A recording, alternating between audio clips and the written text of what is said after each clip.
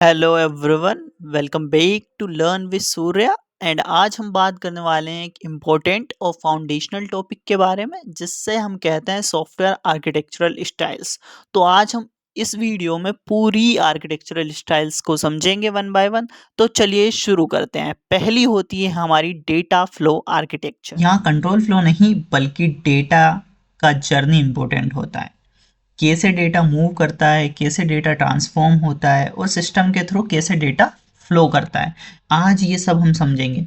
तो चलिए शुरू करते हैं। कैसे batch, sequential, pipe and filter और प्रोसेस कंट्रोल मॉडल्स डेटा के फ्लो को मैनेज करते हैं, एक सिंपल से हम समझेंगे। चलिए शुरू करते हैं। डेटा फ्लो आर्किटेक्चर क्या होता है? तो data flow architecture is an architectural style where the entire system is view as a network of data transforming components connected by data channels. Each component processes input data and produce output data that becomes the input for the next component in the flow. अब यहाँ पर क्या होता है कि हर एक component क्या होता है, इनपुट डेटा को लेता है एंड उसको प्रोसेस करता है और आउटपुट डेटा को प्रोड्यूस कर देता है। अब जो आउटपुट डेटा जो प्रोड्यूस होता है वो अगले कंपोनेंट का क्या होता है, इनपुट डेटा के रूप में वो होता है। मेन आइडिया क्या है इसका? Instead of focusing on control flow like sequence of instructions, this model focuses on data transformation, how data moves, changes and get processed. कैसे डेटा मूव होगा, कैसे चेंजेस होंगे और कैसे डेटा प्रोसेस होगा। इसमें जो कंट्रोल फ्लो पे ध्यान नहीं दिया जाता है बल्कि डेटा के मूवमेंट और ट्रांसफॉर्मेशन पर होता है। मतलब डेटा कैसे मूव करता है, चेंज होता है और प्रोसेस कैसे होता है, ये सब चीज़ें इसमें होती है। कैरेक्टरिस्टिक्स क्या क्या है? सो कंपोनेंट आर लूजली कपल्ड। कैसे होते हैं कंपोनेंट? लूजली कपल होते हैं, मतलब एक दूसरे पर ज़्यादा डिपेंड नहीं होते हैं। Each components has no knowledge of others internal working. अब हर एक कंपोनेंट के पास क्या होता है, को दूसरे का कोई भी इंटरनल प्रोसेस का कोई आइडिया नहीं होता है। Data is transferred by well defined interface. अब डेटा जो है वो वेल डिफाइंड इंटरफेसेस के थ्रू क्या होता है, ट्रांसफर होता है।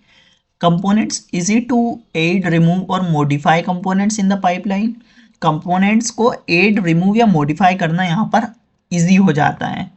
Promotes reusability and parallel processing. अब रियूजेबिलिटी और पैरेलल प्रोसेसिंग को प्रमोट, ये हमारा जो डेटा फ्लो आर्किटेक्चर है वो प्रमोट करता है। अब 3 टाइप्स होते हैं डेटा फ्लो आर्किटेक्चर की। क्या होता है? पहला base sequential, pipes and filters and process control. तो हम इन्हें वन बाय वन समझते हैं। बेस सीक्वेंशियल क्या होता है? So base sequential in this style the system is divided into separate processing components, programs or modules. Each component processes an entire batch of data before passing it to the next component. Data is not continuously streamed, it is processed step by step in sequence. अब इस style में क्या होता है कि जो system को अलग अलग प्रोसेसिंग कंपोनेंट्स में डिवाइड किया जाता है। जैसे हर कंपोनेंट पूरी बैच ऑफ डेटा को प्रोसेस करता है, फिर आउटपुट नेक्स्ट कंपोनेंट को देता है। फिर डेटा कंटिन्यूस स्ट्रीम में नहीं होता, ये step by step sequential process होता है। कैसे काम करता है, how it works? So output of one phase become the input of the next. जो आउटपुट होगा किसी फेज का वो क्या होगा, नेक्स्ट फेज का हमारा इनपुट होगा। Each phase must complete before the next start. अब यहाँ पर क्या कह रहा है ये, जब तक एक फेज कंप्लीट नहीं होता नेक्स्ट स्टार्ट नहीं होता है, नेक्स्ट फेज जो है वो स्टार्ट नहीं होगा। एग्जाम्पल से हम समझते हैं, जैसे पेरोल सिस्टम। अब एम्प्लॉय का डेटा है, सैलरी कैलकुलेशन हुई, उसमें से टैक्स जो है वो डिडक्ट हुआ और पे स्लिप जो है वो जनरेट हो गई। अब जैसे कंपाइलर है हमारे पास, सो सोर्स कोड हमने लिखा है, लेक्सिकल एनालिसिस हुई, उसकी पार्सिंग हुई, कोड जनरेशन हुआ एंड लिंकिंग हो गई। तो ये क्या है, एग्जाम्पल है बेस सीक्वेंशियल, ऐसे हमारा काम करता है। इसका क्या है example? A traditional model in which each data transformation subsystem start only after the previous subsystem completes. अब जब यहाँ पर जब ये डेटा जो ये हमारा कंपोनेंट है वो जो डेटा को इनपुट और प्रोड्यूस कर देगा आउटपुट, तो वो इस नेक्स्ट वाले डेटा के लिए क्या होगा, इनपुट होगा। Therefore moves in batches from one subsystem to another. तो यहाँ से जो है डेटा हमारा फ्लो होगा। सेकंड क्या होता है हमारा pipes and filter. Data flows through a series of filters processing units connected by pipes data channels. Pipes को हम क्या कहते हैं, डेटा चैनल। सो इस स्टाइल में डेटा एक सीरीज और फिल्टर से गुजरता है। जैसे जो पाइप्स जो डेटा चैनल्स के थ्रू क्या होते हैं, कनेक्टेड होते हैं। हर फिल्टर इनपुट डेटा लेता है, input data and passes the result to the next filter. अब वो क्या करता है, उसको ट्रांसफॉर्म करता है और रिजल्ट को अगले फिल्टर को भेज देता है। How it works, each filter work independently, filter do not share states और data directly, pipes carry data streams from one filter to another. मतलब हर फिल्टर इंडिपेंडेंट होता है, मतलब अपना काम खुद करता है। फिल्टर एक दूसरे से डेटा या स्टेट्स शेयर नहीं करते हैं। पाइप्स एक फिल्टर से दूसरे फिल्टर तक डेटा स्ट्रीम को कैरी करते हैं। एक एग्जांपल से हम समझते हैं यूनिक्स कमांड पाइपलाइन। अब हमारे पास ये यूनिक्स कमांड है, यहाँ क्या हो रहा है कि हर कमांड एक फिल्टर की तरह काम करता है जो अपना आउटपुट नेक्स्ट कमांड को देता है। अब यहाँ पर एक ऑडियो प्रोसेसिंग का एग्जांपल है कि हमने साउंड है हमारे पास इनपुट, उसमें से हमने नॉइस रिडक्स करी और फिर उसको हमने कंप्रेस किया और देन जनरेट कर दिया आउटपुट। क्या होते हैं फिल्टर्स के types, there are two types of filter. दो तरीके के फिल्टर होते हैं हमारे पास, active filter and passive filter. Active filter क्या होता है, active filter lets connect pipe to pull data in and push out the transform data, it operates with passive pipe. इसका कहने का ये मतलब है कि ये जो फिल्टर्स होते हैं वो कनेक्टेड पाइप से डेटा पुल और पुश करते हैं, विच प्रोवाइड रीड या right mechanism for pulling and pushing. This mode is used in Unix pipe and filter mechanism. तो ये पैसिव पाइप्स के साथ क्या काम करते हैं, जो रीड या राइट मैकेनिज्म प्रोवाइड करते हैं। एग्जाम्पल, जैसे एग्जाम्पल से this mode is used in Unix pipe and filter mechanism.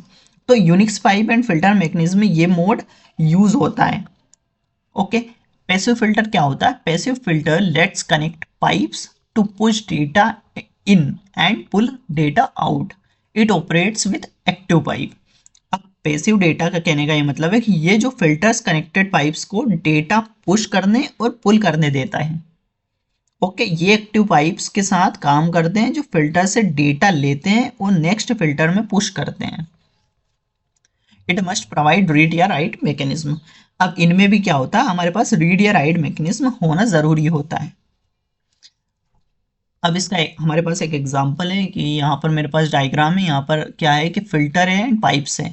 So filter pipes के थ्रू हमारा डेटा जो है वो फ्लो हो रहा है। Pipes and filter architecture arrange a system into two main components. Filter क्या काम करता है कि filter components that process transform and refine incoming data. क्या करता है, प्रोसेस करता है कि डेटा जो है ट्रांसफॉर्म और रिफाइन हो, इनकमिंग डेटा। पाइप्स क्या करता है, unidirectional data stream that transfer data between filters without applying logic. अब यहाँ पर जो पाइप्स है वो क्या कर रहे हैं, डेटा को यूनिडायरेक्शनली फ्लो कर रहे हैं, ट्रांसफर कर रहे हैं बिना किसी लॉजिक को अप्लाई किए हुए। ठीक है, this pattern allows for modular design where each filter perform a specific transformation.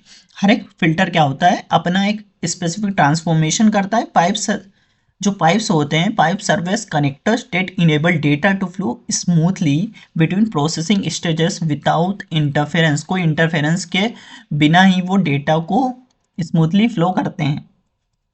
Third होता है हमारा प्रोसेस कंट्रोल।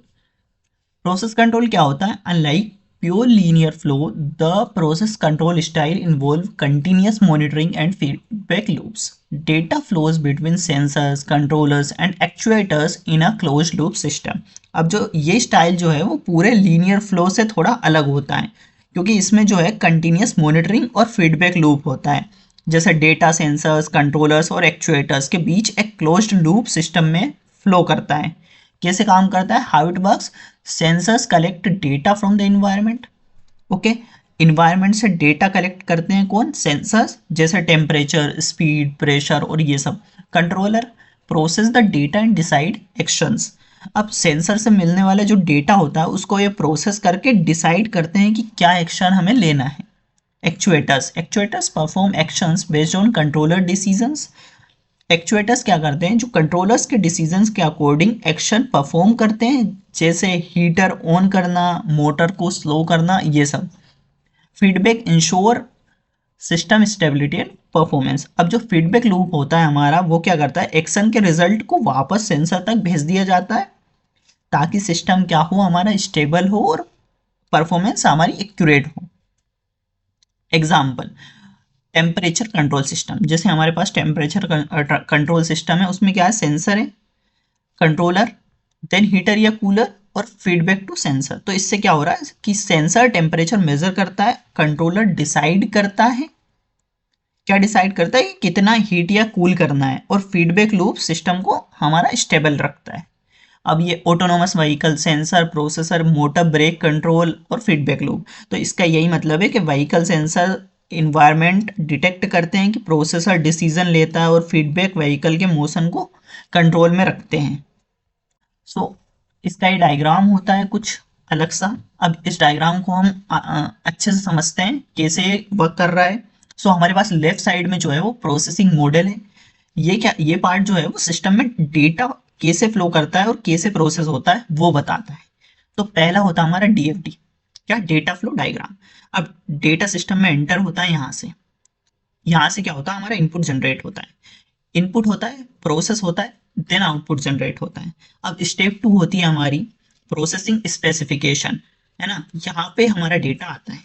अब डीएफडी में जो भी प्रोसेस बना, उनके अंदर क्या लॉजिक चलेगा वो प्रोसेसिंग स्पेसिफिकेशन में लिखा जाता है। जैसे हमें सपोज एड नंबर्स करना है, हमें फिल्टर रिकॉर्ड करना है, हमें सपोज फिर फिल्टर रिकॉर्ड्स करके हमें जनरेट करनी है रिपोर्ट को, तो वो यहाँ पर होगा ये सब काम। थर्ड होता है हमारा डेटा डिक्शनरी। अब डेटा डिक्शनरी ये हमारा फेज होता है। यहाँ पर हमारा डेटा क्या करता है, ये एक लिस्ट होती है जिसमें सिस्टम के सारे डेटा आइटम्स डिफाइन होते हैं, जैसे कस्टमर आईडी, अमाउंट, डेटा, ये सब डेटा डिक्शनरी में होते हैं। फिर हमारा जो होता है राइट साइड में, जो होता है हमारा डेटा कंट्रोल जो होता है, वो होता है कंट्रोल मॉडल।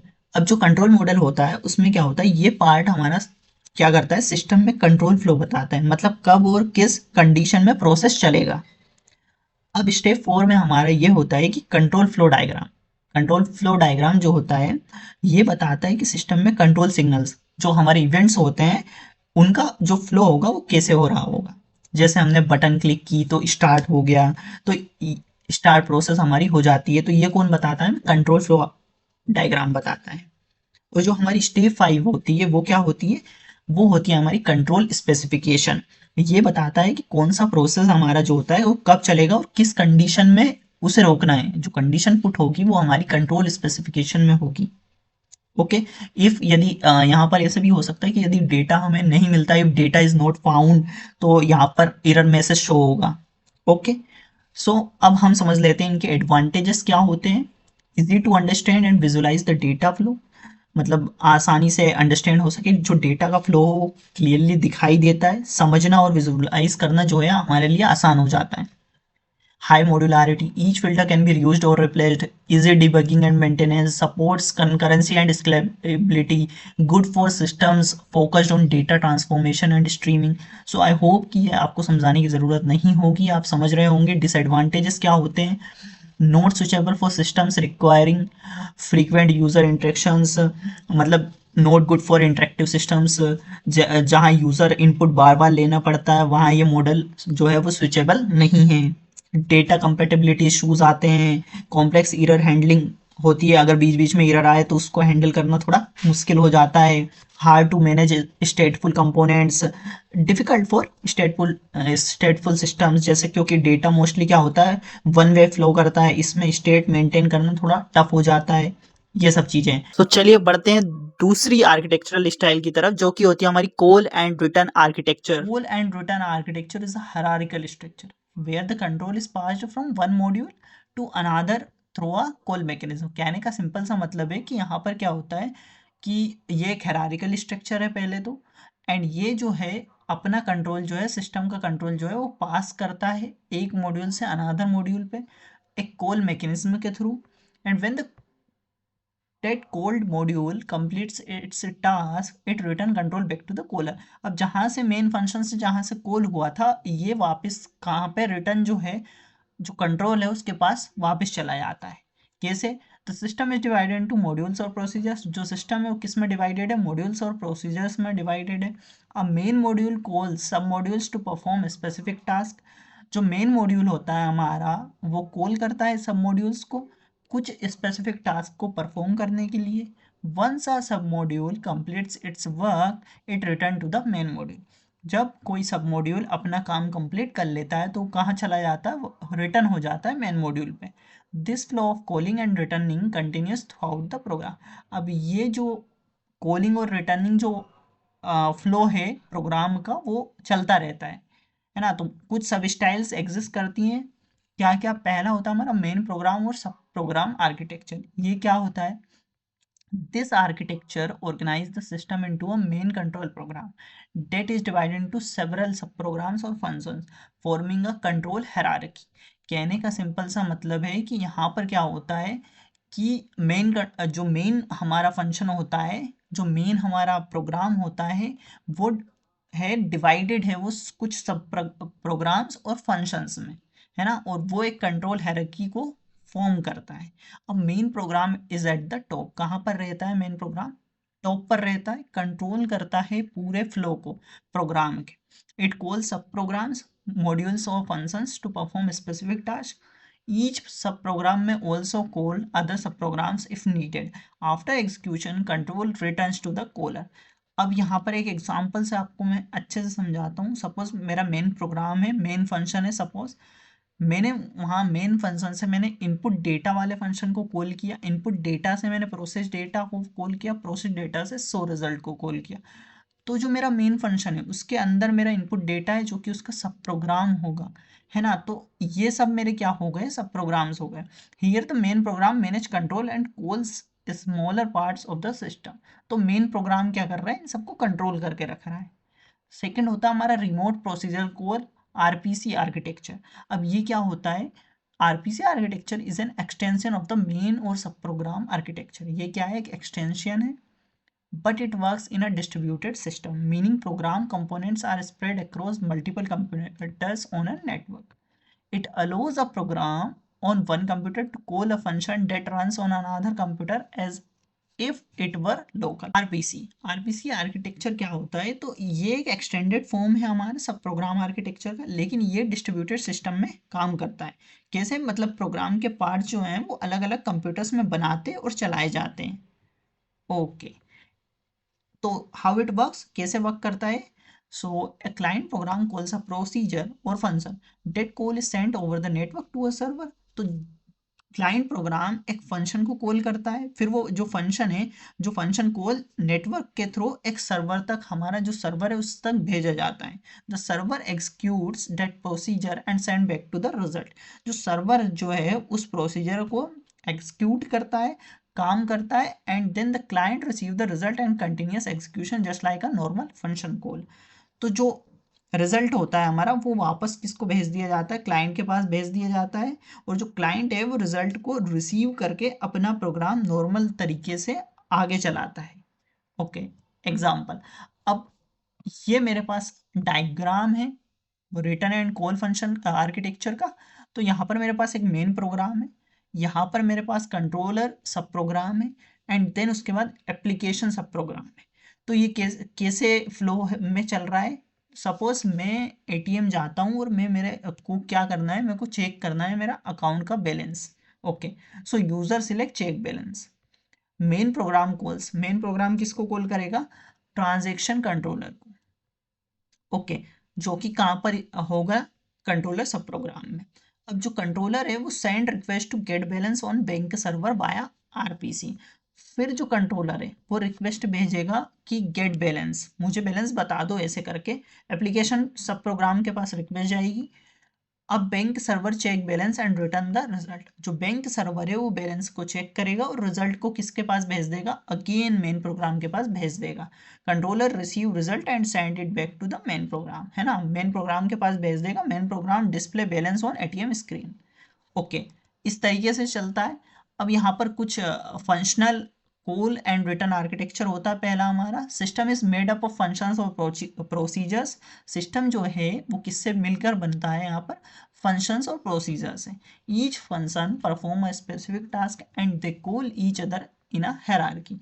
जैसे कैसे कॉल करता है, जैसे हमारे पास मेन प्रोग्राम, पहले वो फंक्शन ए को कॉल करा, फंक्शन ए ने बी को, एंड रिटर्न टू ए, फिर वापस हम कहाँ चले गए, फंक्शन ए पर चले गए। इस तरीके से क्या क्या एडवांटेजेस होते हैं हमारे पास। पहला एडवांटेज होता है कि each function handles a clearly defined sub task making design modular and easy to understand. हर फंक्शन क्या होता है, अपना एक फिक्स्ड काम करता है, जिससे कि डिजाइन सिंपल और मॉड्यूलर होती है।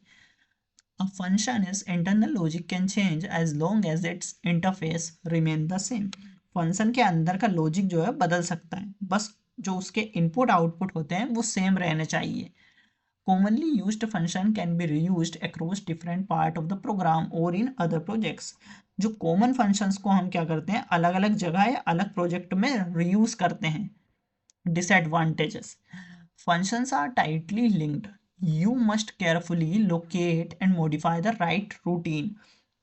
जो फंक्शन होते हैं वो टाइटली लिंक होते हैं, किसी एक में बदलाव करने के लिए सही रूटीन हमें ढूंढना पड़ता है।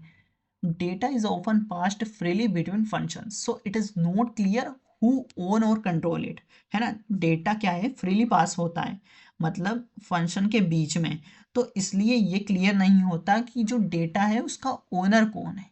Adding new behavior may require modifying many existing functions, making maintenance harder। तो जो नए फीचर्स जब ऐड करना, इसमें क्या हो जाता है, मुश्किल हो जाता है हमारे लिए, क्योंकि कई फंक्शंस में चेंजेस हमें करने पड़ते हैं। अब होता है हमारा object oriented call and return architecture. System is built around objects which contain both data and methods. जो इस आर्किटेक्चर में जो सिस्टम ऑब्जेक्ट्स के अराउंड बना होता है, ओके, सिस्टम जो है ऑब्जेक्ट्स के अराउंड बना होता है। तो एक ऑब्जेक्ट के पास डेटा या कुछ वेरिएबल्स और मेथड यानी कि कुछ फंक्शंस दोनों होते हैं। यहाँ फंक्शन कॉल करने के बजाय जो है ऑब्जेक्ट एक दूसरे से के मेथड्स को कॉल करते हैं। वहाँ पर हम क्या कर रहे थे, फंक्शनल कॉल एंड आर्किटेक्चर में हम फंक्शन को कॉल कर रहे थे, यहाँ पर हम मेथड्स को कॉल करते हैं। ओके, जैसे हमारे पास है कि object A calls object B dot method, तो सिंपल सा यही मतलब है कि जो ऑब्जेक्ट ए है अपना काम करते हुए ऑब्जेक्ट बी के मेथड को कॉल करता है, और जब वो मेथड काम खत्म करता है तो रिजल्ट जो है वापस किसको मिलेगा, हमारा रिटर्न रिजल्ट ऑब्जेक्ट ए को मिल जाता है। एडवांटेजेस क्या है, client use objects via methods without knowing internal details. कहने का मतलब है यहाँ पर जो है डेटा हाइडिंग का जो फीचर है वो अवेल है। Objects can change internally without breaking code that uses them. मतलब यहाँ पर क्या है, इनकैप्सुलेशन का जो कॉन्सेप्ट है वो भी है। Objects act as an agent that communicate by calling each other's method, good for complex system। मतलब ऑब्जेक्ट एक दूसरे के मेथड्स कॉल करके इंटरेक्ट करते हैं, ये कॉम्प्लेक्स सिस्टम के लिए क्या होता है, हमारे लिए परफेक्ट होता है। Objects and their method calls can be located on different systems. जो ऑब्जेक्ट्स और उनके जो मेथड्स कॉल्स होते हैं वो अलग अलग सिस्टम पर भी हो सकते हैं। डिसएडवांटेजेस क्या है यहाँ पर, when objects must know their interaction partners, when one object changes other depending on it may also need changes। कहने का ये मतलब है कि ऑब्जेक्ट्स को अपने इंटरेक्शन पार्टनर्स के बारे में पता होना पड़ता है। अगर एक ऑब्जेक्ट बदलता है तो दूसरे डिपेंडेंट ऑब्जेक्ट में भी चेंज हमें करना पड़ता है। Side effects in shared dependency, it objects if object A and C both use B, then C's modification to B can unintentionally affect A। अगर ऑब्जेक्ट A और C दोनों ऑब्जेक्ट B का यूज कर रहे हैं तो अगर C में चेंज हुआ तो वो A को भी अफेक्ट कर सकता है। ये होता है साइड इफेक्ट्स। थर्ड होती है हमारी data centred architecture. Data centered architecture is also called repository architecture, is a software architectural style where the central focus is data. All components interact with a shared data store and all communication among components happens through this central data store। तो यानी system के जो सारे components होते हैं वो क्या होते हैं, एक ही शेयर्ड डेटा स्टोर या रिपोजिटरी के थ्रू आपस में इंटरेक्ट करते हैं। और यहाँ पर क्या होता है, जो हमारा ये एक ऐसा सॉफ्टवेयर आर्किटेक्चरल स्टाइल है जहां पूरा जो सिस्टम है वो का उसका जो मेन फोकस होता है वो कहाँ होता है, डेटा पर फोकस होता है, central focus is data. Okay, और जो सारी कम्युनिकेशन इसी सेंट्रल डेटा स्टोर के थ्रू होती है। Okay, it is used in system where data sharing and data integrity are crucial, such as banking system, inventory management, ERP systems. कहने का यही मतलब है कि इस आर्किटेक्चर का जो यूज उन सिस्टम्स में होता है जहां डेटा शेयरिंग और डेटा इंटीग्रिटी जो है सबसे ज्यादा इंपॉर्टेंट होती है। जैसे हमारा बैंकिंग सिस्टम हो गया, इन्वेंटरी मैनेजमेंट सिस्टम हो गया, या ईआरपी सिस्टम्स, ये सब हो गए। उनमें इस सिस्टम जो इस आर्किटेक्चर है इसका सबसे ज्यादा यूज होता है। अब यहाँ पर डायग्राम है कुछ ऐसा, जहाँ पर हमारे पास एक डेटा स्टोर का जो हमारे पास डेटा स्टोर है, और रिपोजिटरी और ब्लैक बोर्ड करके हमारे पास है जहाँ पर डेटा स्टोर हो रखा है, और यहाँ पर हमारे पास क्लाइंट सॉफ्टवेयर है। सो ऑल सिस्टम्स, क्लाइंट्स और कंपोनेंट्स, जो क्लाइंट्स और कंपोनेंट्स हैं, read and write data to a common repository, है ना। क्या कर रहे हैं वो, डेटा को रीड और राइट कर रहे हैं। Okay, ensuring that all users or processes work with consistent and updated data। तो चलिए हम देखते हैं कि there are two types of components, दो तरह के हमारे पास components होते हैं इसमें। क्या, central data repository and data access components और clients। so a central data structure or data store or data repository which is responsible for providing permanent data storage, it represent the current state। तो जो हमारा data centred architecture होता है ये क्या करता है कि पहला जो हमारा सेंट्रल डेटा रिपोजिटरी होता है, इसमें ये सिस्टम का जो है मेन पार्ट होता है जहां पूरा डेटा हमारा जो है वो स्टोर होता है। ये रिस्पॉन्सिबल होता है कि परमानेंट डेटा स्टोरेज के लिए और सिस्टम के करंट स्टेट को रिप्रेजेंट करने के लिए। कौन रिस्पॉन्सिबल होता है, सेंट्रल डेटा रिपोजिटरी। ओके, यही आर्किटेक्चर का कोर पार्ट होता है। Okay, the core part of the architecture stores all data used by the system and manages data consistency, concurrency and integrity। okay, यही सारा डेटा जो है मैनेज करता है, कंसिस्टेंसी और इंटीग्रिटी भी यही मेंटेन करता है, central data repository. Data access components क्या होता है, अ डेटा एक्सेसर और a collection of independent components that operate on the central data store, perform computation and might put back the result। तो जो हमारा डेटा एक्सेस कंपोनेंट या जो clients है, ये वो कंपोनेंट होता है जो सेंट्रल डेटा स्टोर पर काम करता है।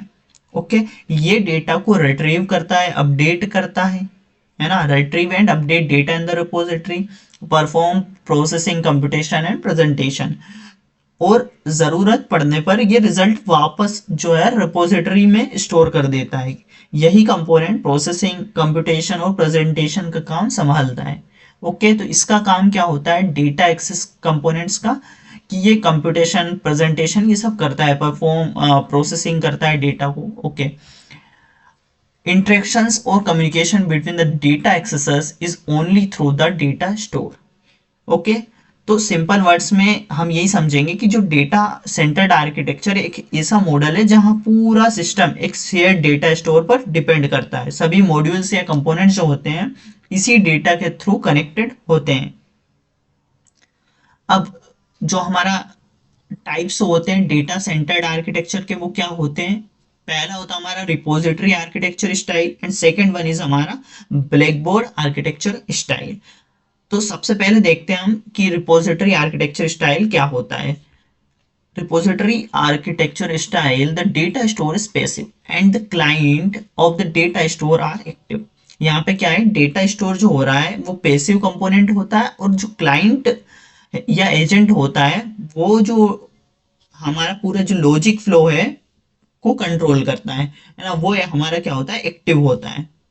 Okay, which control the logic flow, क्या करता है वो, कंट्रोल करता है हमारे लॉजिक फ्लो को। The participating components check the data store for changes, the client send a request to the system to perform action. जो क्लाइंट होता है वो रिक्वेस्ट को सेंड करता है सिस्टम को परफॉर्म करने के लिए एक्शंस को।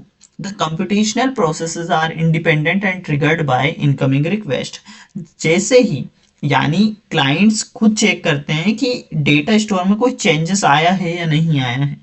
ओके, अब यहाँ पर मेरे पास एक डायग्राम है जहाँ पर मेरे पास रिपोजिटरी है, जहाँ पर course feedback, registration, administrator, approvals, reports, तो ये सब क्या है, कनेक्टेड है हमारे किससे, रिपोजिटरी आर्किटेक्चर से। तो जो हमारा रिपोजिटरी आर्किटेक्चर है, जैसे कोर्स का feedback, registration, administrator, approval, reports and all, advantages क्या क्या होते हैं रिपोजिटरी आर्किटेक्चर के, ये अब हम देखते हैं। तो पहला होता है हमारा provides data integrity backup and restore feature. इसमें क्या होता है कि ये जो है डेटा इंटीग्रिटी मेंटेन करता है और बैकअप और रिस्टोर फीचर भी प्रोवाइड करता है। provides scalability and reusability of agents as they do not have direct communication with each other। scalability और reusability के लिए ये easy हो जाती है क्योंकि सारे एजेंट एक दूसरे से डायरेक्टली क्या होते हैं, कनेक्ट होते हैं। Okay, reduce overhead of transient data between software components. तो इसका कहने का ये मतलब है कि ट्रांजिएंट डेटा का जो ओवरहेड है वो कम हो जाता है क्योंकि डेटा एक ही सेंट्रलाइज जो प्लेस है उसमें स्टोर होता है। डिसएडवांटेजेस क्या क्या होते हैं, it is more vulnerable to failure and data replication और डुप्लीकेशन इज पॉसिबल। यहाँ पर क्या होता है कि ये सिस्टम फेलियर के लिए ज़्यादा वल्नरेबल होता है। अगर डेटा स्टोर में दिक्कत आई तो पूरा सिस्टम हमारा जो है स्लो हो जाता है या रुक जाता है। High dependency between data structure of data store and it's agent. Data replication जो होता है या डुप्लीकेशन होने के जो चांसेस में ज़्यादा रहते हैं। Changes in data structure highly affect the client. Evolution of data is difficult and expensive. Cost of moving data on network for distributed data। तो इसका कहने का सिंपल सा यही मतलब है कि क्लाइंट के बीच जो डिपेंडेंसी हाई हो जाती है और अगर सिस्टम डिस्ट्रीब्यूटेड है तो नेटवर्क पर डेटा मूव करने का भी महंगा और स्लो प्रोसेस हो जाता है और एक्सपेंसिव हो जाता है जो डेटा इवोल्यूशन है वो। ओके, ब्लैकबोर्ड आर्किटेक्चर स्टाइल क्या होता है। In blackboard architecture style the data store is active and its client are passive.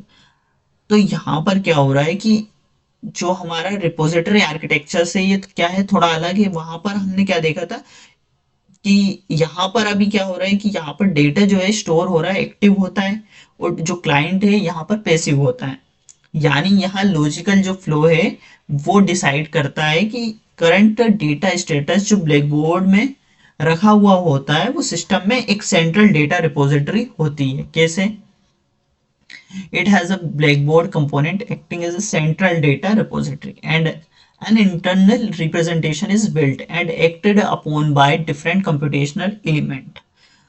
तो यहाँ पर जिसे हम ब्लैकबोर्ड कंपोनेंट कहते हैं, इसी ब्लैकबोर्ड पर सारे जो कंप्यूटेशनल एलिमेंट्स काम करते हैं और अपना अपना रिजल्ट वहां लिखते हैं या अपडेट करते हैं। In this style the components interact only through the blackboard. जहां पर कंपोनेंट किससे इंटरेक्ट करते हैं, ओनली ब्लैकबोर्ड के through. The data store alert the client whenever there is data store change। the current state of the solution is stored in the blackboard and processing is triggered by the state of the blackboard। तो इन सब का जो interaction है वो किस, सिर्फ और सिर्फ ब्लैकबोर्ड के थ्रू होता है। ये एक शेयर्ड स्पेस है जहां सभी अपना डेटा शेयर कर सकते हैं। ब्लैकबोर्ड में क्या है कि एक शेयर्ड स्पेस है, गिट जो हमारा गिटहब है उसकी तरह। ओके, जहां पर हम अपना डेटा शेयर कर सकते हैं। यानी एक ट्रिगर भेजता है ताकि क्लाइंट्स अपना काम स्टार्ट कर सके। Okay, the system sends notification known as trigger and data to the clients when changes occur in the data. पूरे सिस्टम का करंट स्टेट इसी ब्लैकबोर्ड में स्टोर्ड रहता है और प्रोसेसिंग हमेशा ब्लैकबोर्ड के स्टेट के हिसाब से ट्रिगर होती रहती है। The blackboard model is usually presented with 3 major parts. 3 major parts होते हैं इसमें। क्या क्या, पहला होता है हमारा knowledge source. Knowledge source also known as listeners और subscribers are distinct and independent unit. They solve part of a problem and aggregate partial result. Interaction among knowledge sources take place uniquely through the blackboard। इन्हें हम listeners या subscriber कहते हैं, किसको? Knowledge source को। ये independent units होते हैं जो प्रॉब्लम के अलग अलग पार्ट को सोल्व करते हैं। जैसे अपना रिजल्ट ब्लैक बोर्ड पर लिखते हैं, ये डायरेक्ट एक दूसरे से इंटरेक्ट नहीं करते हैं, सिर्फ ब्लैक बोर्ड के जरिए ही ये कम्युनिकेशन होती है। इसमें जो ब्लैक बोर्ड होता है वो बीच में होता है हमारा। ब्लैक बोर्ड डेटा स्ट्रक्चर होता है, the problem solving state, data is organised into an application dependent hierarchy. तो इसमें क्या होता है कि ये प्रॉब्लम सॉल्विंग के डेटा को एक स्ट्रक्चर्ड हायरार्की में ऑर्गेनाइज करता है एप्लीकेशन के अकॉर्डिंग, जो भी एप्लीकेशन है उसके अकॉर्डिंग। नॉलेज सोर्सेस इस डेटा को मॉडिफाई करते हैं और धीरे धीरे फाइनल सॉल्यूशन तक पहुंचते हैं। Control manages task and check the work state. तो ये कंपोनेंट क्या करता है? कंट्रोल कंपोनेंट पूरा प्रोसेस मैनेज करता है और देखता है कौन सा टास्क कंप्लीट हुआ है और किस सोर्स को नेक्स्ट हमें एक्टिवेट करना है। ये सारा काम हमारा कंट्रोल करता है। ओके, मतलब बेसिकली ये पूरा सिस्टम का कोऑर्डिनेशन को हैंडल करता है। ओके, अब एडवांटेजेस हम देख लेते हैं। एडवांटेजेस क्या होते हैं कि provide scalability which provide easy to add और अपडेट नॉलेज सोर्स। कहने का ये मतलब है सिंपल सा कि नए नॉलेज सोर्सेज इजीली एड या अपडेट किए जा सकते हैं, मतलब ये स्केलेबल है, बहुत स्केलेबल है। Provide concurrency that allows all knowledge sources to work in parallel as they are independent of each other. क्योंकि सारे सोर्सेज जो है इंडिपेंडेंट होते हैं तो वो पैरेलल में काम कर सकते हैं। Support experimentation for hypothesis, support reusability of knowledge source agent. Experimentation के लिए ये जो हमारा ब्लैक बोर्ड आर्किटेक्चर है वो परफेक्ट है। एक ही नॉलेज सोर्स दूसरे सिस्टम में भी यूज हो सकता है ब्लैक बोर्ड आर्किटेक्चर में।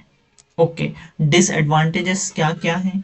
The architecture change of blackboard may have a significant impact on all of its agent as close dependency exists between blackboard and knowledge source। अगर blackboard क्या है स्ट्रक्चर में कोई चेंज होता है तो उसका इम्पैक्ट जो है सभी एजेंट्स में पड़ता है, क्योंकि उनके बीच टाइट डिपेंडेंसी होती है। जैसे यहाँ पर जो है सारे कनेक्टेड है, यदि एक भी ब्लैक बोर्ड की स्ट्रक्चर में चेंजेस हुए तो जो भी एजेंट है, जितने भी एजेंट है सभी पर वो इम्पेक्ट होगा। Okay, it can be difficult to decide when to terminate the reasoning as only approximate solution is expected. कब रीजनिंग जो रीजनिंग प्रोसेस है वो कब खत्म हो करना है ये डिसाइड करना बहुत ही मुश्किल हो जाता है इसके लिए, क्योंकि सिस्टम जो है सिर्फ अप्रोक्सीमेट सॉल्यूशन तक ही पहुंचता है। Okay, problems in synchronization of multiple agents. जो मल्टीपल एजेंट के बीच सिंक्रोनाइजेशन का इश्यू इसमें आ सकता है। Major challenges is designing and testing of a system. और सबसे बड़ा चैलेंज तो यही होता है इसके लिए कि सिस्टम का डिजाइन और टेस्टिंग करना जो काफी इसके लिए कॉम्प्लेक्स हो जाता है। फोर्थ होता है हमारा layered architecture. Layered architecture, also known as entire architecture, is one of the most commonly used architectural patterns in software design.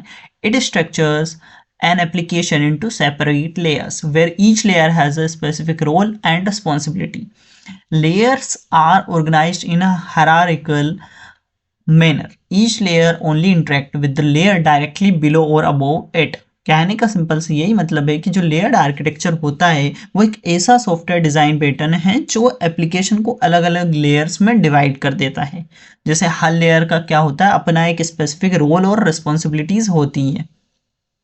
Okay, layers are organized in a hierarchical manner. Each layer only interact with the layer directly below or above it. Okay, ensuring high modularity and easy maintenance. Layers एक क्या होती है? एक hierarchical structure में होती है, arrange होती है, मतलब हर लेयर सिर्फ अपनी ऊपर वाली या नीचे वाली लेयर से ही बात कर सकती है। इससे जो है हमारा सिस्टम जो होता है वो मॉड्यूलर मेंटेन करने में क्या होता है आसान होता है और इसमें समझने में हमें क्या होता है सिंपल बन जाता है हमारे लिए। तो हाउ लेयर्स कम्युनिकेट, तो हमारे पास क्या चार लेयर्स होती है। पहली होती है हमारी प्रेजेंटेशन लेयर, एप्लीकेशन या बिजनेस लेयर, फिर होती है हमारी domain layer and the fourth one is infrastructure या परसिस्टेंस या डेटा एक्सेस लेयर होती है। Okay, how layers communicate, layer कैसे कम्युनिकेट करती है? Only communicates with the layer directly below और अबोव इट। ओके, ऊपर या नीचे वाली से ही वो कम्युनिकेट कर सकती है। Does not need to know how other layers work internally, है ना। तो ये कह रहा है कि एक लेयर को ये पता नहीं होता कि दूसरी लेयर काम कैसे करती है, इससे इसे बोलते हैं encapsulation. Okay, this help to reduce dependency and improve flexibility. इससे फायदा ये होता है कि लेयर्स के बीच जो है डिपेंडेंसी है वो कम होती है और सिस्टम में फ्लेक्सिबिलिटी बढ़ जाती है। अब ये जो चार तरीके की हमारी लेयर्स होती है उन्हें वन बाय वन हम समझते हैं। पहली होती है हमारी प्रेजेंटेशन लेयर, जिसे यूआई लेयर भी कहा जाता है, responsible for UI, user interaction के लिए रिस्पॉन्सिबल होती है। Display information to user and send user commands to the business layer. तो यही यूजर को इंफॉर्मेशन शो करती है और यूजर को जो कमांड को बिजनेस लेयर तक भेजती है। ओके, नेक्स्ट लेयर में वो भेज देती है। एग्जाम्पल जैसे web page, mobile app screen या कोई ग्राफिकल यूजर इंटरफेस एप्लीकेशन या business layer implement the core logic, rules and operation of the system, processes user request and make decision. So application layer क्या करती है, ये layer है ना system का मेन जो आप बोल सकते हो माइंड होती है। इसमें सारी रूल्स, कैलकुलेशन, वैलिडेशन और डिसीजन मेकिंग होती है। यूज़र के रिक्वेस्ट यही प्रोसेस, यूज़र जो है उसके रिक्वेस्ट को यही प्रोसेस करता है और डिसाइड करता है कि अगला स्टेप मुझे कौन सा लेना है। जैसे example calculation, validation and workflow management, ये सब यहीं पे होता है। जैसे कैलकुलेशन करना हो या डेटा वैलिडेट करना हो, और वर्क फ्लो को यहीं पर मैनेज, इसी लेयर में मैनेज किया जाता है। Data access layer manages communication with the database and or data storage, executes query, stores, retrieve, update or delete data, example SQL queries, ORM, object relational mapping frameworks and all. So ये layer क्या होती है, database के साथ बात करती है। जैसे मतलब हम एसक्यूएल से करते हैं, जैसे डेटा को हमें स्टोर करना हो, रिट्रीव करना हो, अपडेट करना हो या डिलीट करना हो, तो ये सब किसका काम है, डेटा एक्सेस लेयर का काम है। ये लेयर हमें क्या करती है, बिजनेस लेयर और डेटाबेस के बीच एक ब्रिज की तरह काम करती है। जो डेटा एक्सेस लेयर होती है ये किस किस के बीच में, ये बिजनेस लेयर और डेटा बेस के बीच में एक ब्रिज का काम करती है। फोर्थ होती है हमारी database layer. Database layer the actual database और data source where data is stored permanently. क्या कहता है कि ये लास्ट लेयर होती है जहां डेटा जो है परमानेंटली स्टोर होता है। यहीं पर हमारा एक्चुअल जो है डेटाबेस सिस्टम रहता है। जैसे हमारा MySQL, MongoDB, PostgreSQL, ये सब। ओके, क्या क्या एडवांटेजेस होते हैं, separation of concern, each layer has a clear role. अब हर एक जो लेयर है उसका अपना एक क्लियर रोल होता है कि मुझे क्या करना है। ईज ऑफ मेंटेनेंस, अगर एक लेयर में चेंज करना हो तो दूसरी लेयर्स में बहुत कम चेंजेस हमें करने पड़ते हैं। Reusability, layers can be reused in different applications, एक लेयर को अलग प्रोजेक्ट में रीयूज किया जा सकता है। जैसे बिजनेस लॉजिक लेयर को मल्टीपल एप्स में हम यूज कर सकते हैं। Testability, easier to test each layer independently, हर लेयर को इंडिपेंडेंटली टेस्ट कर सकते हैं। टेस्टिंग इजी और फास्ट हो जाती है इससे। Scalability, allows scaling layers independently, system को अलग अलग लेयर्स के लेवल पर स्केल किया जा सकता है इससे। ये क्या है, इसका एडवांटेज है। और जैसे सिर्फ हम बिजनेस लेयर या डेटाबेस लेयर को स्केल करना हो तो हम उसे भी कर सकते हैं। डिसएडवांटेजेस क्या क्या हो सकते हैं, performance overhead due to communication between layers, अब लेयर के बीच जो कम्युनिकेशन होने की वजह से थोड़ा परफॉर्मेंस जो है वो स्लो हो जाता है। Rigid structure, difficult to skip layers for performance optimization, ये स्ट्रक्चर थोड़ा क्या होता है, रिजिड होता है। परफॉर्मेंस के लिए डायरेक्टली लोअर लेयर को एक्सेस करना हमारे लिए मुश्किल हो जाता है। Duplication of code, sometimes require repetitive data transfer between layers, कभी कभी क्या होता है कि जो डेटा ट्रांसफर है ना रिपीटेटिव होता है, जिससे कोड डुप्लीकेशन हो सकता है। एक एग्जांपल से हम समझते हैं कि कैसे काम करते हैं। अब हमारे सपोज हमारे पास क्या एक ऑनलाइन शॉपिंग सिस्टम है। प्रेजेंटेशन लेयर का क्या काम होता है, वेब और मोबाइल इंटरफेस फॉर कस्टमर, जैसे वेब और मोबाइल ऐप जहां से कस्टमर जो है प्रोडक्ट देखते हैं और ऑर्डर करते हैं। Business layer handle product availability, order processing and payment rules. अब बिजनेस लेयर क्या काम करती है कि जो प्रोडक्ट अवेलेबिलिटी को चेक करती है, ऑर्डर प्रोसेस करती है और पेमेंट रूल्स को हैंडल करने का काम बिजनेस लेयर करती है। Data access layer fetch product details and stores order, अब डेटा एक्सेस लेयर जो है डेटाबेस से प्रोडक्ट डिटेल को फेच करती है और न्यू ऑर्डर्स को स्टोर करती है। डेटाबेस लेयर क्या करती है, contain product customer and transaction detail. So database layer हमारी प्रोडक्ट कस्टमर और ट्रांजैक्शन टेबल स्टोर करता है कि क्या इसने पेमेंट करा है या नहीं करा, ये सब डेटाबेस लेयर का काम होता है देखने का। तो दोस्तों ये था हमारा लेयर्ड आर्किटेक्चर। चलिए अब बढ़ते हैं फिफ्थ आर्किटेक्चर की तरफ, जो कि होता है हमारा एजेंट बेस्ड आर्किटेक्चर। देखो आज के टाइम में बहुत सारे सॉफ्टवेयर प्रोजेक्ट्स को सॉफ्टवेयर एजेंट के कॉन्सेप्ट पे दोबारा डिजाइन और डेवलप किया जा रहा है। तो क्या होता है कि एजेंट बेस्ड आर्किटेक्चर जो है एक नया अप्रोच है जिसमें सॉफ्टवेयर सिस्टम को ऐसे ऑटोनोमस एजेंट्स के थ्रू डिजाइन किया जाता है जो अपनी सोच जैसे इंटेलिजेंस है उसके बेस पे डिजाइन ले सकते हैं और एक्शंस परफॉर्म कर सकते हैं। यहाँ software agents basically intelligent computer programs होते हैं जो इंडिपेंडेंटली काम करते हैं और स्पेसिफिक टास्क कंप्लीट करते हैं। तो एजेंट बेस्ड आर्किटेक्चर क्या होता है? Nowadays an increasing number of software projects are being revised, restructured and reconstructed in terms of software agents. Agent-based architecture represents a new approach to the analysis and synthesis of software systems, where the system is designed using autonomous agents that can make decisions and act intelligently. तो इसका कहने का ये मतलब है कि agents as part of distributed system, किसका part हो गए एजेंट? डिस्ट्रीब्यूटेड सिस्टम का पार्ट हो चुके हैं। अब यहाँ पर अभी क्या हो रहा है कि आज के टाइम पे जो एजेंट है, एजेंट बेस्ड आर्किटेक्चर है, वो एक नई अप्रोच आई है जिसमें जो है सॉफ्टवेयर सिस्टम को एक ऑटोनोमस जो सेल्फ वर्किंग एजेंट होते हैं उनके थ्रू डिजाइन किया जा रहा है। ओके, तो वो होता है हमारा एजेंट बेस्ड आर्किटेक्चर। अब एप्लीकेशंस क्या क्या होती है इसमें? Applications of agent based systems. Agent as part of distributed system. Agent act as independent processing nodes in a distributed computing environment. अब जो एजेंट होता है मतलब जो डिस्ट्रीब्यूटेड इन्वायरमेंट में एजेंट्स इंडिपेंडेंट प्रोसेसिंग नोड्स की तरह काम करते हैं। मतलब हर एजेंट अपना काम अलग से करता है लेकिन मिलकर पूरा सिस्टम बनाते हैं। हर एक एजेंट क्या करता है, अपना काम अलग अलग करते हैं और बाद में मिलकर एक सिस्टम को क्रिएट कर देते हैं। Agents for distributed sensing and information retrieval used in systems where data must be collected, analyzed and managed from multiple sources automatically. तो जब हम डेटा मल्टीपल जगह से कलेक्ट, एनालाइज और मैनेज करते हैं तो ऑटोमेटिकली जैसे स्मार्ट सेंसर या सर्च सिस्टम में तो एजेंट क्या करते हैं, उसका यूज होता है। जो भी डेटा हम कलेक्ट करते हैं, एनालाइज करते हैं और मैनेज करते हैं मल्टीपल सोर्सेज से, वो ऑटोमेटिकली क्या होता है, हम डेटा को एनालाइज कर सकते हैं। Handle task like automated trading, price comparisons and personalise recommendation. Agent automatic trading, price comparison और पर्सनलाइज रिकमेंडेशन जैसे काम करते हैं, जैसे शॉपिंग साइट्स में रिकमेंडेड फॉर यू सिस्टम में होता है वैसे। Used in virtual assistant or interactive software that responds intelligently to user inputs. तो ये एजेंट चैटबॉट वॉइस असिस्टेंट जैसे एलेक्सा होता है, सिरी होता है, ऐसे में ये क्या करता है, यूज होता है जहां ये यूजर के इनपुट को समझकर इंटेलिजेंट रिस्पॉन्स देते हैं। Manage and monitor industrial processes autonomously, improving efficiency and fault detection.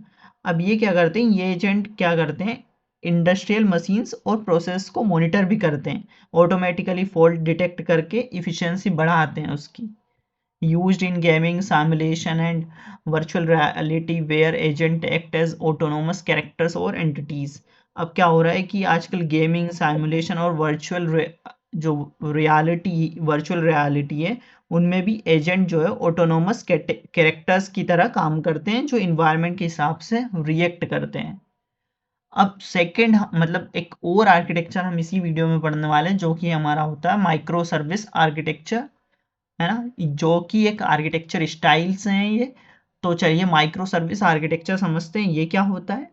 Micro service architecture is a modern software architectural style where an application is divided into a collection of small, independent and loosely coupled services, each performing a specific business function.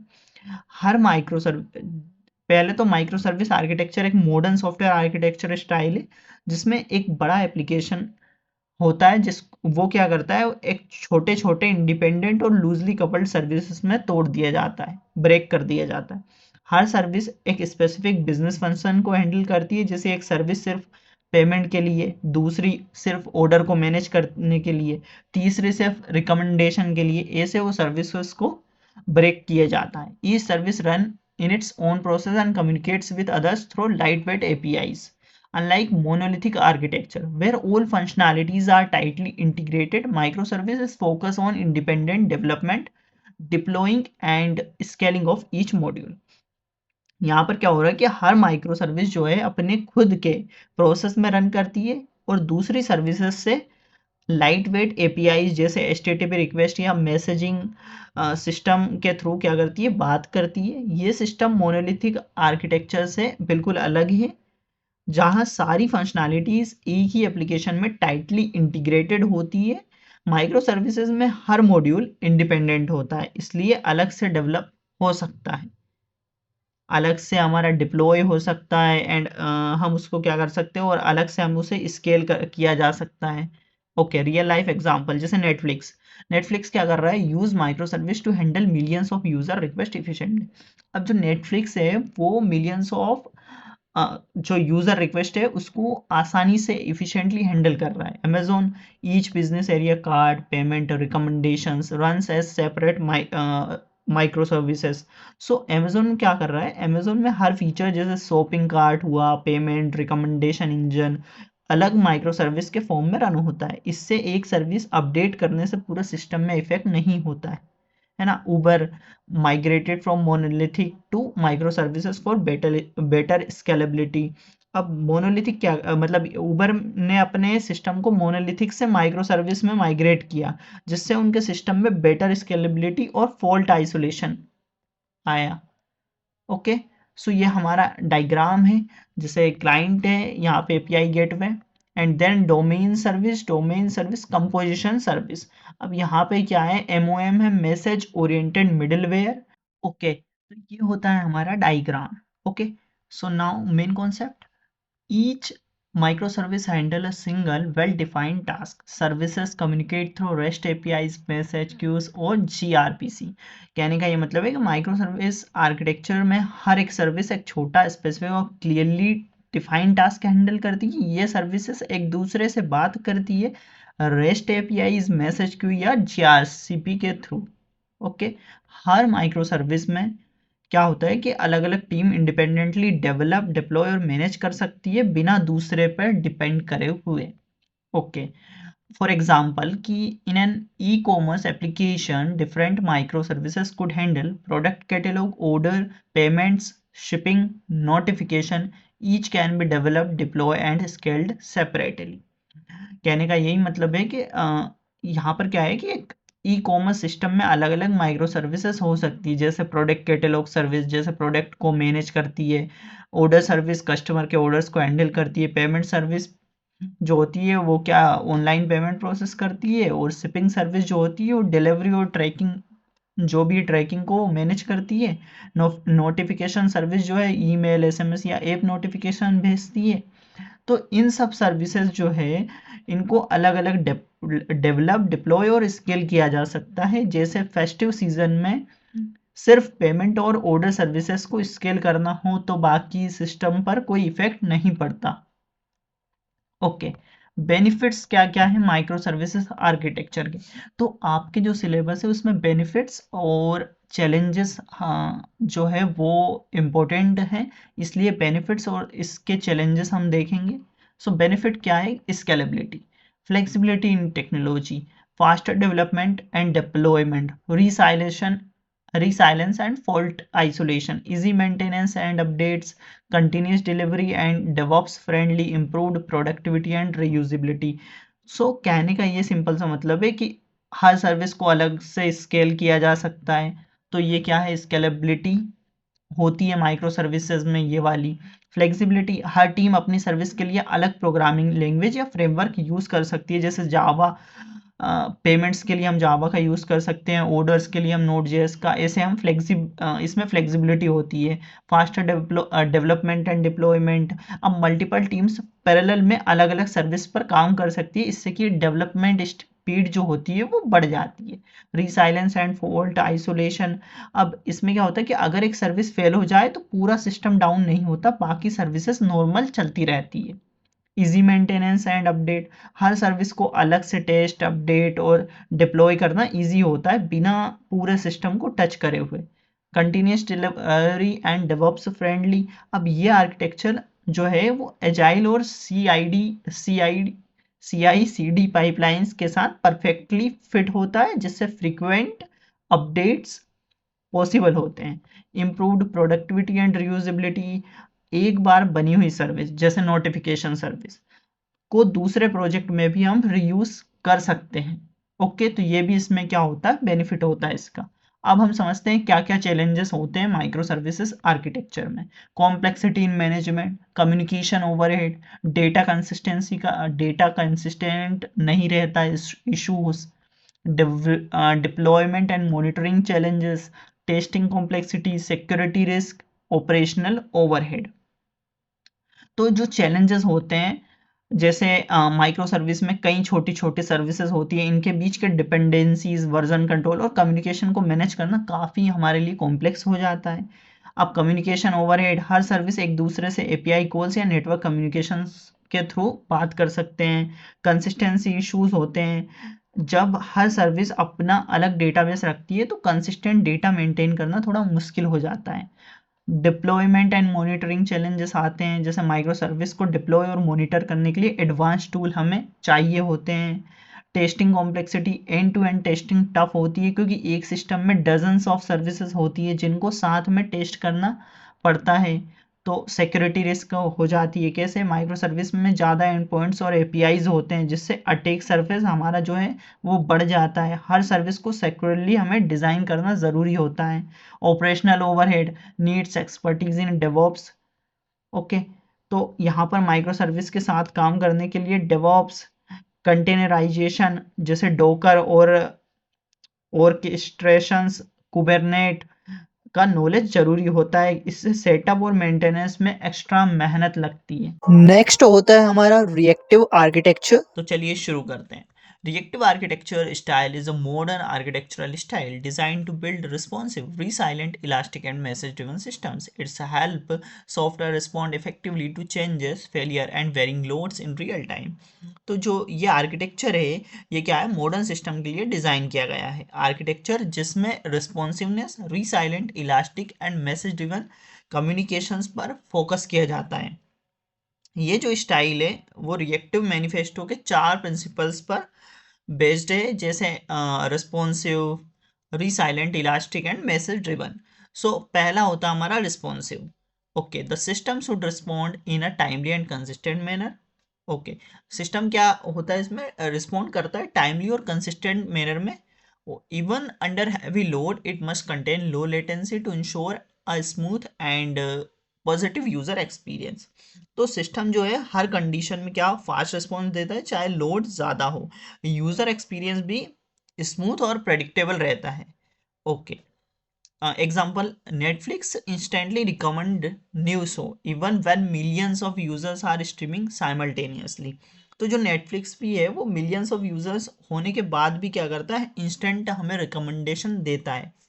Okay, resilient, the system stay available and functional even when some components fail. It achieve this by using isolation, replication and supervision mechanism. अब resilient क्या करता है कि जो system है तब भी functional रहे जब कोई कंपोनेंट इसमें फेल हो जाए।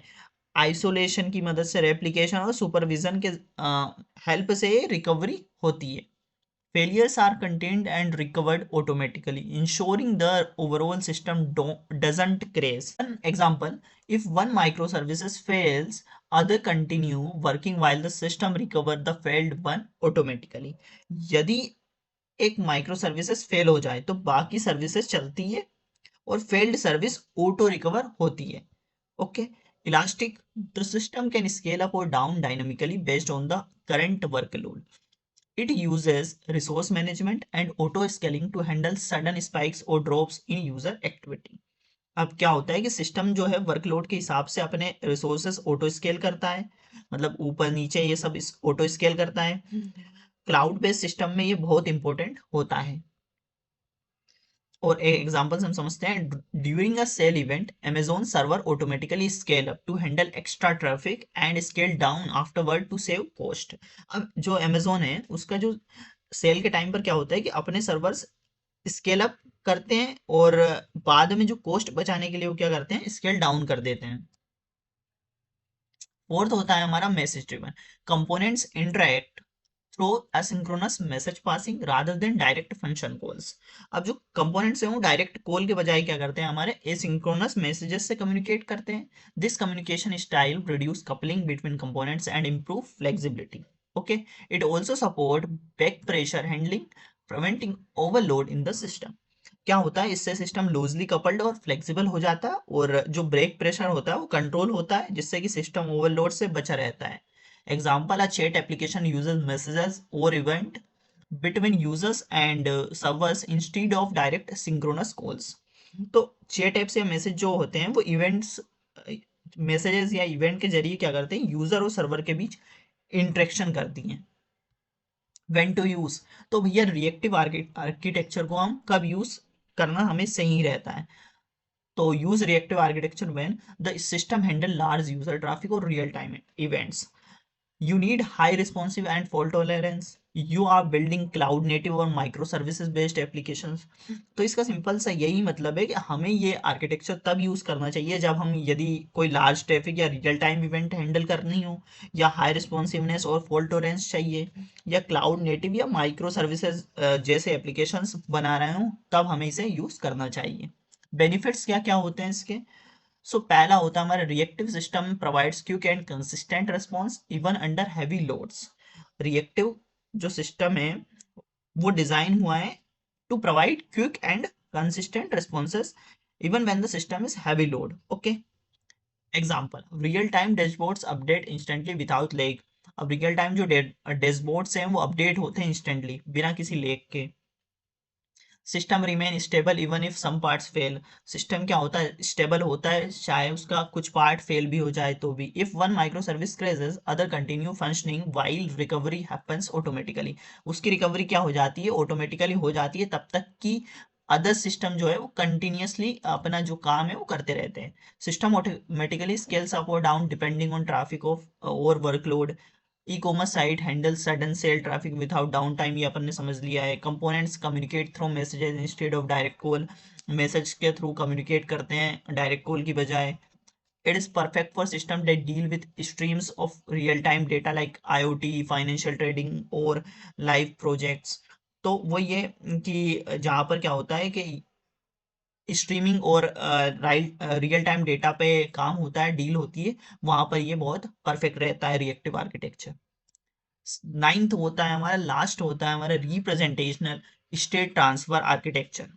ओके, रेस्ट जिसे हम कहते हैं। तो REST is the architecture style for designing networked application specially web services. it uses http protocol for communication and rely on resources like data or objects that can be accessed and manipulated using standard operation such as get, post, put, delete. So rest क्या होता है, ये एक architectural style है जो नेटवर्क्ड applications specially web services को design करने के लिए यूज होती है। ये एचटीटीपी जो प्रोटोकॉल्स होते हैं उस पर ये बेस्ड है और रिसोर्सेज को स्टैंडर्ड ऑपरेशंस के जरिए एक्सेस और मैनिपुलेट करती है, जैसे हमारा गेट, पोस्ट, पुट, डिलीट, इनके थ्रू ये मैनिपुलेट करती है। सिंपल वर्ड्स में कहा जाए तो रेस्ट क्या है, एक way of design APIs that communicate over the web using stateless request and resource identified by URLs। तो ये क्या एक तरीका है। ओके, रिप्रेजेंट की कॉन्सेप्ट्स क्या क्या होते हैं इसके रेस्ट के। पहला होता है हमारा रिसोर्सेस। रिसोर्स क्या करता है, anything that can be accessed like user data, images, videos and etcetera. Each resources is identified by a unique URI, uniform resource identifier. तो रिसोर्स का मतलब है कि कोई भी डेटा या ऑब्जेक्ट जो वेब पर एक्सेस किया जा सकता है, जैसे यूजर इंफॉर्मेशन, इमेज, वीडियोस। हर रिसोर्स एक यूनिक यूनिफॉर्म रिसोर्स आइडेंटिफायर से आइडेंटिफाई होता है। ओके, जैसे हमारे पास ये है, ओके, रिप्रेजेंटेशन क्या होता है? The format in which the resource is sent, usually JSON और एक्सएमएल। सो रिप्रेजेंटेशन का मतलब क्या है कि रिसोर्सेस किस फॉर्मेट में एक्सचेंज होगा, या ये रिप्रेजेंटेशन कहलाता है हमारा रिप्रेजेंटेशन। सो कॉमन जो हमारे हैं यूजर डेटा रिप्रेजेंटेड जेसन, तो यूजर का जो डेटा को हम जेसन में रिप्रेजेंट करना हो या एक्सएमएल में करते हैं तो ऐसे। Stateless communication. Each request from a client to the server must contain all necessary information. The server does not store session state between requests. This improves scalability and simplicity. तो क्या होता है कि हर रिक्वेस्ट के साथ पूरी इंफॉर्मेशन हमें भेजनी होती है। सर्वर जो क्लाइंट का सेशन या स्टेट स्टोर नहीं करता है, तो इससे इशू जो सिस्टम, इससे क्या होते हैं, सिस्टम हमारे सिंपल हो जाते हैं, स्केलेबल और फॉल्ट टॉलरेंस बनते हैं।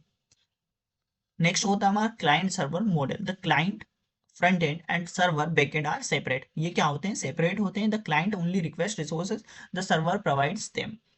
Okay, this separation improve flexibility and reusability. तो जो क्लाइंट सर्वर में क्या होता है, जो रेस्ट आर्किटेक्चर है, क्लाइंट जो है वो फ्रंट एंड होता है और सर्वर जो है बैक एंड को अलग रखता है। क्या होते हैं? सेपरेट होते हैं। फ्रंट एंड अलग होता है, बैक एंड अलग होता है। क्लाइंट सिर्फ रिक्वेस्ट भेजता है और सर्वर क्या करता है? डेटा प्रोवाइड करता है। ये सेपरेशन क्या करता है? सिस्टम को फ्लेक्सिबल और रीयूजेबल बनाता है। कैचेबल responses can be cached to improve performance and reduce load on the server। अब जो कैचेबल है, रेस्ट क्या करता है कि रिस्पॉन्सेस को कैच किया जा सकता है और परफॉर्मेंस इंप्रूव करने के लिए इससे सर्वर लोड कम होता है और रिस्पॉन्स हमें फास्ट मिलता है। Uniform interface, REST user standard method for communication, get post put delete. Get क्या करता है? रिट्रीव करता है डेटा को। जैसे रेस्ट क्या, रिप्रेजेंटेशनल स्टेट ट्रांसफर, एक स्टैंडर्ड इंटरफेस जो है उसको फॉलो करता है, जिसमें कॉमन हमारी जो एचटीटीपी मेथड्स हैं वो यूज होती है। Get post put delete. Get retrieve data, post create data, put update data and delete remove data. Next होता है layered system. REST architecture can have multiple layers, security, load balancer, proxy between clients and server. Client does not need to know all layers. मतलब REST system में क्या होता है? Multiple layers हो सकती है, जैसे security layer, load balance layer या प्रॉक्सी लेयर जो भी है। क्लाइंट को इन लेयर्स को एग्जिस्टेंस की नॉलेज जरूरी नहीं होती है। when to when to use REST architecture styles। सो हमें कब यूज करना चाहिए rest architecture style? You are building web APIs or mobile backend APIs, you need a simple, scalable and lightweight architecture, तो हम तब यूज कर सकते हैं। the system involve CRUD operations, यदि सिस्टम में इन्वॉल्व है CRUD operations, है ना, तब हम इसे यूज कर सकते हैं। You want interoperability between different platforms, cross platform चाहिए तो तब हम इसे यूज कर सकते हैं। क्या क्या स्टेप्स होती हैं क्रिएटिंग अ रेस्टफुल सर्विस? यदि हमें क्रिएट करनी है रेस्टफुल सर्विस तो क्या क्या हमें जो है स्टेप्स होती है फॉलो करना पड़ता है। तो define the domain and data. पहला होता है हमें define the domain and data. पहले ये डिसाइड करो कि सिस्टम किस डोमेन में काम करेगा और कौन सा डेटा हैंडल करेगा। Organise the data into groups. Create URI to resource mapping, मतलब ऑर्गेनाइज, तो रिलेटेड डेटा को लॉजिकल ग्रुप में डिवाइड करो ताकि स्ट्रक्चर क्लियर रहे। Create URI to resource mapping, मतलब हर रिसोर्स के लिए एक यूनिक यूआरआई बनाओ जिससे उस तक एक्सेस किया जा सके। Define the representation to the client. इससे क्या होता है कि पहले ही डिसाइड करो कि डेटा क्लाइंट को किस फॉर्मेट में मिलेगा, जैसे जेसन में मिलेगा या एक्सएमएल में या एचटीएमएल में। लिंक डेटा अक्रॉस, सो कनेक्ट, जो अलग अलग रिसोर्सेज को लिंक करो ताकि उनके बीच जो है रिलेशन क्लियर हो। Create use cases to map events और यूसेज, तो सिस्टम के रियल यूज केसेस डिफाइन करो जिससे पता चले कि यूजर कैसे एपीआई यूज करेगा। Plan for things going wrong, errors, failures या इनवैलिड रिक्वेस्ट के लिए प्लान बनाओ ताकि सिस्टम रिलायबल रहे। तो यही होता है हमारा रेस्ट आर्किटेक्चर। सो आज हमने देखा रेस्टफुल आर्किटेक्चर और जो इसके पहले हमारा था रिएक्टिव आर्किटेक्चर, दोनों को आज हमने समझा। So please to like the video and subscribe the channel. मिलते हैं नेक्स्ट वीडियो में। Till then keep learning, keep growing. Thank you.